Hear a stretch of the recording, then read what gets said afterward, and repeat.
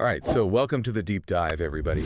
Today, we're diving into something pretty intense, a breaking news event, actually. Oh, wow. Yeah, so the Franklin Fire, it's ripping through Malibu, California, like right now as we're talking. Oh, gosh. Yeah, and we've got like a ton of sources here, Reddit threads, news articles, social media posts.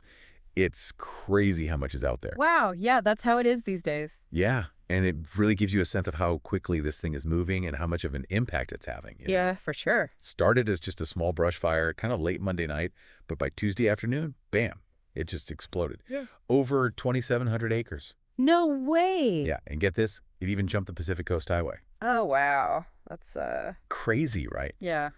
Malibu, we think beaches, celebrity homes, the whole bit, but right now it's under siege by this fire.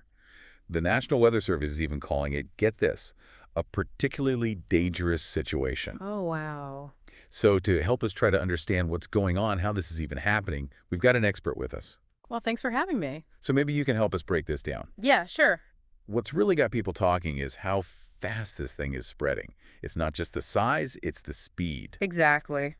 And, a big part of that has to do with the Santa Ana winds. Right? Those Santa Ana winds. Yeah, I've heard about them. They're kind of notorious, right? Yeah, they are. They kind of come roaring down from the inland deserts, like right towards the coast. Yeah. And they're so dry. Oh, wow. They can get so strong.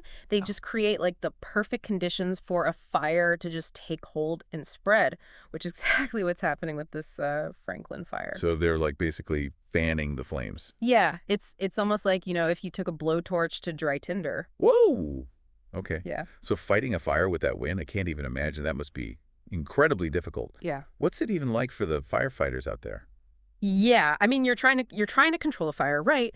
But it's being whipped around by winds that can gust up to like 50, 60 miles per hour. Whoa. And then you've got the terrain in Malibu. It's like super steep, rugged, just getting equipment, personnel where they need to be, it's hard enough. Oh, yeah. And then to top it off, we've got this low humidity. It's just adding fuel to the fire. Everything's drying out, even more flammable. It just seems like one thing after another.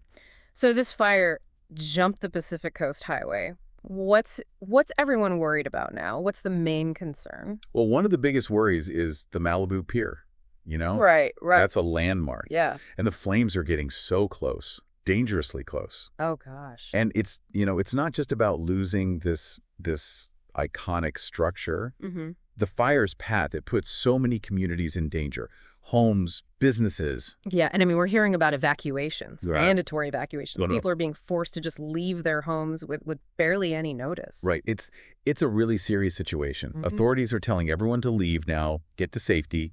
But the problem is this fire is moving so fast. Right. Cell service, power, it's all being disrupted. It makes communication and coordination incredibly difficult. It's like everything that could go wrong is going wrong. I was just looking at a Reddit thread, actually. And there's this crazy story about this couple. They had to evacuate with, get this, their 3 goats and a pot-bellied pig. Oh my gosh. Can you imagine trying to wrangle all those animals to safety? That sounds chaotic, but it's a good example of how unpredictable these evacuations are, just how disruptive it is. But it also shows, how much people care about their animals, even in a crisis. Yeah, they're family. You don't leave family behind. It's easy to forget, when we're looking at all the news reports and the fire maps and everything that behind it all, these are real people and their pets, Yeah, exactly. And we can't forget about the students at Pepperdine University. Oh, yeah. They had to shelter in place overnight. The fire was raging around them. Oh, my goodness. They were basically stuck in the library, flames outside the windows. I can't even imagine how terrifying that must have been. Did they get everyone out okay? Luckily, it seems like everyone's safe. Oh, good. The university had emergency protocols, and from what we're hearing, they followed them really well, thankfully. Well, that's good to hear. But it was a close call, a really close call. It must have been really traumatic for those students. You see these videos online, helicopters dipping into the campus lakes to refill their water tanks. And the flames are so close, they even scorched some of the palm trees on campus. Wow, that is intense. Yeah. You really get a sense of just how close this fire came to the university. Yeah, and it's another reminder that these wildfires, they don't discriminate. Yeah. They can threaten anyone anything in their path, whether it's, a multi-million-dollar mansion or a university campus. Right, yeah. So the wind is still a major factor here. What can we expect to see, like, in the next 24 hours? Well, the next day or so, it's going to be crucial. Firefighters are going to be working around the clock trying to get a handle on this fire. But with these winds, it's a really, really tough battle. They're going to be focused on protecting lives and property. That's the top priority. Yeah, of course. So we can expect to see a lot of effort to, contain this fire's spread. And for the people who had to evacuate, Yeah. there's no telling when they can go back home. Right, yeah. Unfortunately not. It all depends on how quickly they can contain this fire, how much damage has been done. Right. Could be days, could be weeks before it's safe to go back. Wow. So we're kind of in a holding pattern right now. Yeah. Waiting to see how this all unfolds. Yeah, but in the meantime, it's important to stay informed. Evacuation orders, road closures, any official guidance from authorities, pay attention to that. Right, right. Okay, so before we move on, I just want to make sure we're all on the same page about these Santa Ana winds. Mhm. Can you kind of break it down for us, like exactly why they make these fires so dangerous? Sure, yeah. There are a few key things about the Santa Anas that make them, well, a really big concern when it comes to wildfires. Okay. First of all, they come from the Great Basin, which is a high-pressure zone. And as the air flows from this high-pressure area towards the coast, which is low pressure, it gets compressed and it gets heated. So it's like a giant hairdryer on a massive scale. Yeah, exactly. Oh. And that hot, dry air, it just sucks the moisture out of all the vegetation, makes it incredibly flammable. Oh, that makes sense. So the drier the vegetation, the easier it is for a fire to start and spread. Exactly, yeah. And there's another factor too. Okay. So as these winds kind of funnel through canyons and mountain passes, they can speed up, They accelerate, Oh, wow. reaching speeds of up to 70 miles per hour. Wow, 70 miles an hour. That's like hurricane force winds. Yeah. And imagine a wildfire with those winds, Wow. pushing it along. It's a recipe for disaster. It's no wonder they call these wind-driven fires. And the Santa Anas can push the flames like ahead of the main fire almost, creating like spot fires that can spread the blaze like crazy over huge distances. It makes it so hard for firefighters to get ahead of it. Wow. So it's not just, the heat, the dryness. It's like the force of the wind itself that makes them so dangerous. Exactly. Yeah, it's all of those things combined that make the Santa Ana so notorious. And unfortunately, all of those factors are at play with this Franklin fire. Right. Okay, so we talked about the students at Pepperdine, that terrifying experience, but they're not the only ones being impacted by this fire. What about the residents of Malibu? I can't imagine what they're going through. Yeah. Evacuations, anxiety, all of it. Yeah, absolutely. I mean, a lot of residents, they're facing this really difficult decision. Right. What do you take with you when you might lose everything? Oh, yeah. Some people are grabbing photo albums, family heirlooms. Others are focusing on the practical stuff, medications, documents.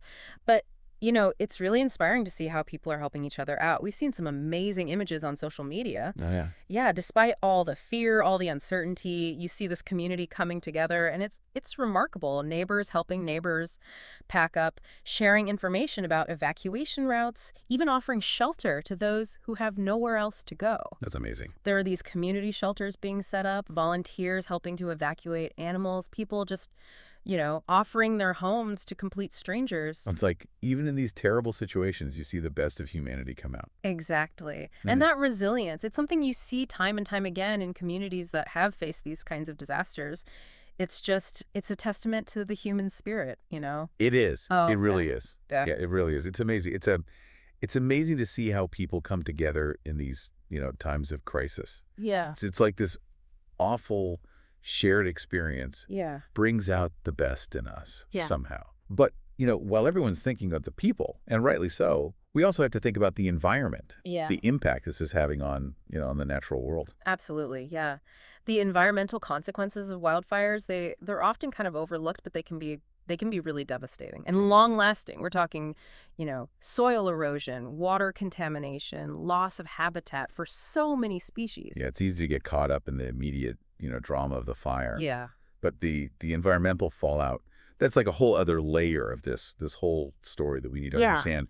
So what kind of impact could this Franklin fire have on the Malibu ecosystem? specifically? Well, Malibu's known for its chaparral ecosystem. Okay.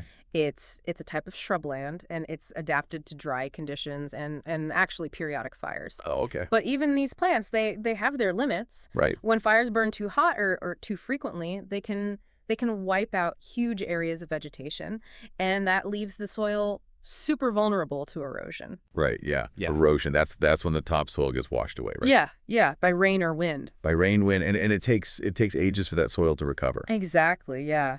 And that loss of topsoil, it has this ripple effect, throughout the whole ecosystem. Wow. It makes it harder for new plants to grow back, which then impacts the animals that rely on those plants for food, for shelter. So it's like a chain reaction. Exactly, yeah. One thing leads to another, and the whole system, it can take a long time to bounce back, to get back to a healthy state. Yeah. And then you add in the potential for water contamination from ash and debris, Right. the damage can be really significant. Wow. Those streams, creeks that run through the canyons of Malibu, they're home to all sorts of aquatic life, fish and other creatures, and they could be really badly impacted by the runoff from the fire. Yeah, it's just heartbreaking to think about all the creatures, big and small, Right. that are being affected by this. It is, and it's important to remember that the impact on wildlife, it's not always immediate, right? Right. Some animals, they might be able to escape the flames, Yeah. but they could lose their homes, their food sources, and that makes it so much harder to survive in the long run. Yeah, it's a good reminder that the effects of this fire, they were going to continue to be felt long after the flames are out. Absolutely, yeah. And, wildfires, they are a natural part of the ecosystem, especially in California. Right. But the intensity, the frequency of these fires, it's increasing, and climate change is definitely a part of that. Yeah, I was actually just going to say, I've seen a lot of discussion, especially on social media, about the role of climate change Yeah. in this fire. Yeah. Some people are like, this is climate change, this is it, and others are downplaying it. So what do you think about that? Well, it's a complex issue, but more and more scientists are agreeing that climate change is making wildfires worse in a lot of ways. Warmer temperatures, it dries out vegetation, right? That creates more fuel for fires. Right. Droughts are getting more frequent, more severe, Yeah. which just makes things even drier. And then changes in weather patterns, more extreme wind events like the Santa Anas, it's making these fires more unpredictable.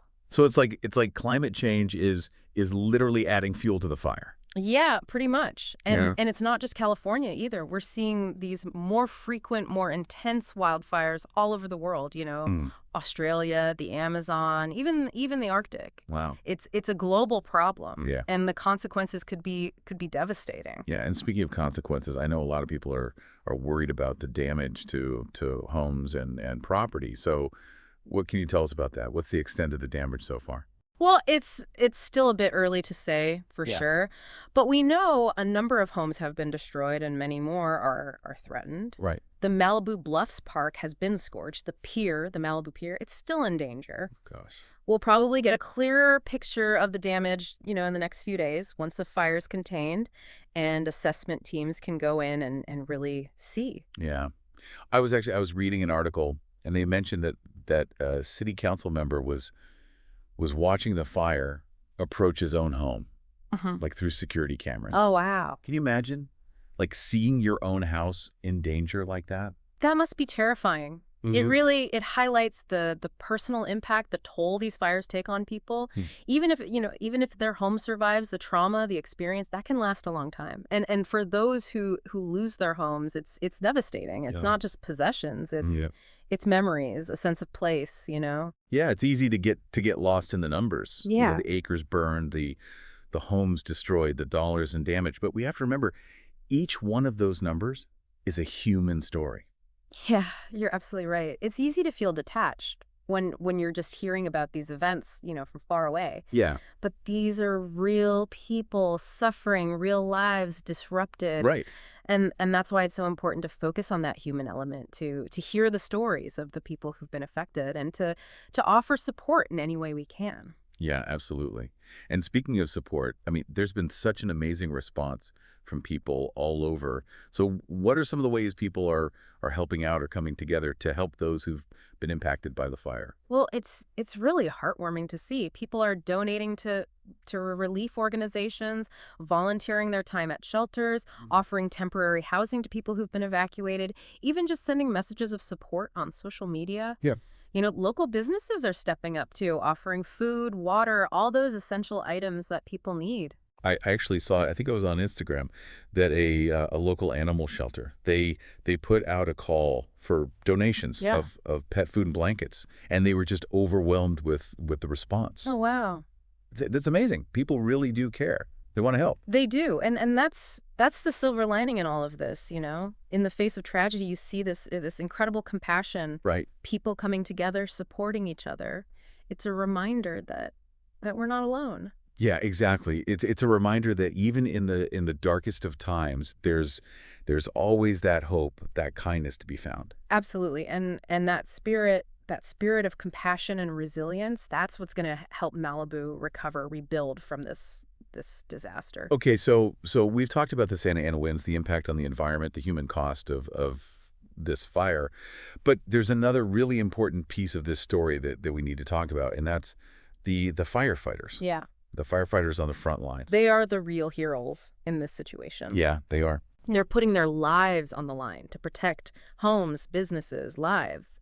And they're doing it while battling these unpredictable flames fueled by those relentless Santa Ana winds. Yeah, I read that there are over 700 firefighters currently battling this Franklin fire. Yeah. What kind of challenges are they facing out there? Or can you even describe what it's like? Yeah, I mean, try to imagine yourself in their boots. It's incredibly hot, smoky. The terrain is steep, treacherous. The fire's moving so erratically, Right. because of the wind. They're working such long hours, often without much rest. They have to constantly adapt, as the fire changes direction. Oh, wow. One of the biggest challenges is establishing those containment lines, Yeah. the barriers that are meant to stop the fire from spreading. Right. But with these winds, the fire can just jump right over them. It makes containment so difficult. Yeah, it sounds like a really uphill battle. It is, yeah. So what kind of tactics are they using? What kind of equipment to fight this fire? Yeah. Well, they're using a lot of different tactics. It depends on, the terrain and how the fire is behaving. They're, Right. they're using hand crews to clear brush, create fire breaks, which are basically strips of land cleared of vegetation to try to slow the fire down. Okay. They're using bulldozers to create these wider fire breaks to cut off the fire's access Mhm. to fuel. Right. And I've seen some incredible footage of the air tankers, the helicopters dropping water and fire retardant. Yeah, yeah. Air support is critical, especially in a fire this big, this fast moving. Yeah. Air tankers can drop thousands of gallons of water or Chop. retardant, and that can really help slow the fire down and give the ground crews a fighting chance to get ahead of it. So it's a real team effort. Yeah. The air and the ground working together. Yeah, it's a highly coordinated effort. And Yeah. and it's not just about, the firefighting tactics. It's logistics too. They have Yeah. to make sure they have enough people, enough equipment, enough supplies. Right. This can go on for days, weeks. And they're doing all of this while putting their own lives at risk. It's incredible. They're truly heroes. They are. They're unsung heroes. And we owe them so much. They're out there protecting our communities from these devastating fires. Absolutely. And speaking of heroes, there are so many everyday people who are stepping up to help too in any way they can. Yeah. The volunteers who are helping to evacuate animals, the people who are donating food and supplies, those who are just offering a helping hand to their neighbors. Yeah, the community spirit is really shining through here. Yeah. People are realizing that they're not in this alone, Right. and they're finding ways to support each other. Right. It's the big gestures, but also the small acts of kindness. Yeah. That's what matters. Exactly. Yeah. It's a reminder that even in the face of all this adversity, there's always hope. There's humanity. Absolutely. And that's what gives me hope for Malibu, for their ability to recover from this disaster. They have a strong community, a spirit of resilience, and they're determined to rebuild. Yeah. So we've covered a lot here. We talked about the Santa Ana winds, the environmental impact, the challenges for the firefighters, the outpouring of support from the community. But there's another layer to all of this that I think is so important to talk about, and that's the psychological impact. Yeah, yeah. That's a crucial aspect that often gets overlooked. Right. Wildfires, they don't just destroy homes and landscapes, they leave behind these emotional scars. Exactly, yeah. For people who have, lost their homes or been forced to evacuate, the experience it's traumatic. Right. They're Right. dealing with fear, anxiety, grief, some even guilt. They're Mhm. trying to cope with the loss of their belongings, their sense of security, their home. Yeah. And it's not just the immediate aftermath. Right. The impact of these fires, psychologically, it can Yeah. it can linger for months, years even, Yeah. after the flames are out. That's true, yeah. A lot of people experience PTSD, post-traumatic stress disorder, Right. after a wildfire, reliving the event, nightmares, flashbacks, intrusive thoughts. Oh God. They might be anxious about future fires, constantly checking the weather reports, just feeling on edge. Right. Yeah. It's important to remember that these psychological wounds, they're just as real as physical injuries. Absolutely, yeah. And we need to make sure we're providing support resources to those who are struggling. There are mental health professionals who specialize in trauma recovery, support groups where people can connect with others who've been through something similar. Yeah. It's a good reminder that recovery, it's not just about rebuilding homes, it's about rebuilding lives, Exactly. healing those emotional wounds. Yeah. And that healing, it takes time. It takes support. It's important to be patient, to listen, and to offer help whenever you can. Yeah, it really is. I mean, it's incredible how these wildfires can impact us on so many levels. Yeah. Physically, emotionally, environmentally. It really makes you think about our relationship with nature, how vulnerable we are to its power. But even with all the destruction, it's inspiring to see the stories of resilience and compassion and community. It's true. We see the best of humanity come out during these times. Neighbors helping neighbors, strangers offering support, firefighters, putting their lives on the line to protect others. Yeah. It's powerful. It's a powerful reminder that even in the darkest of times, there's light, there's hope. It really is. Yeah. And it kind of makes you wonder, what can we learn from all of this? How can we, as individuals, as a community, how can we be more prepared, more resilient, especially as these threats continue to grow? Yeah, that's a great question. And I think it starts with awareness, honestly. Understanding the risks. What contributes to these wildfires and what steps can we take to mitigate those risks? Right. It's not just about reacting, when the fire breaks out. It's about being proactive. Yeah.